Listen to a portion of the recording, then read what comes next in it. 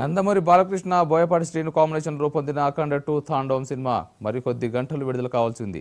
కానీ నిర్మాణ సంస్థ 14 రీల్స్ ప్లస్ పై నెలకొన్న ఆర్థిక వివాదాలతో సినిమా విడుదలపై 2 రోజులుగా సందిగ్ధత నెలకొంది.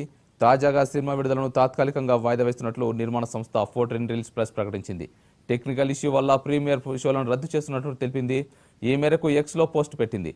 నేడు సినిమా పాన్ ఇండియా రేంజ్లో విడుదల కావాల్సి ఉండగా అఖండ 2లో బాలయ్య తాండవం చూసేందుకు ఫ్యాన్స్ 1000 కళ్ళతో ఎదురుచూశారు.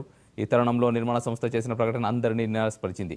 అనివార్య పరిస్థితుల కారణంగా అఖండ 2 షెడ్యూల్ ప్రకారం విడుదల కావడం లేదని మీకు తెలియజేయడానికి బరువెక్కిన హృదయంతో చింతిస్తున్నాం. ఇక ఇది మాకు బాధాకరమైన క్షణం.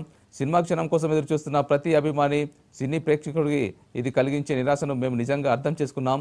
ఈ విషయాన్ని వీలైనంత త్వరగా పరిష్కరించడానికి ప్రయత్నిస్తున్నాం.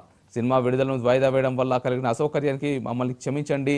ఈ సమయంలో మీ సపోర్ట్ మాకు కావాలి. అతి త్వరలోని విడుదల తేదీకి సంబంధించిన అప్డేట్ ఇస్తామని 14 రీల్స్ సంస్థ ప్లస్ సంస్థ ట్వీట్లో పేర్కొంది.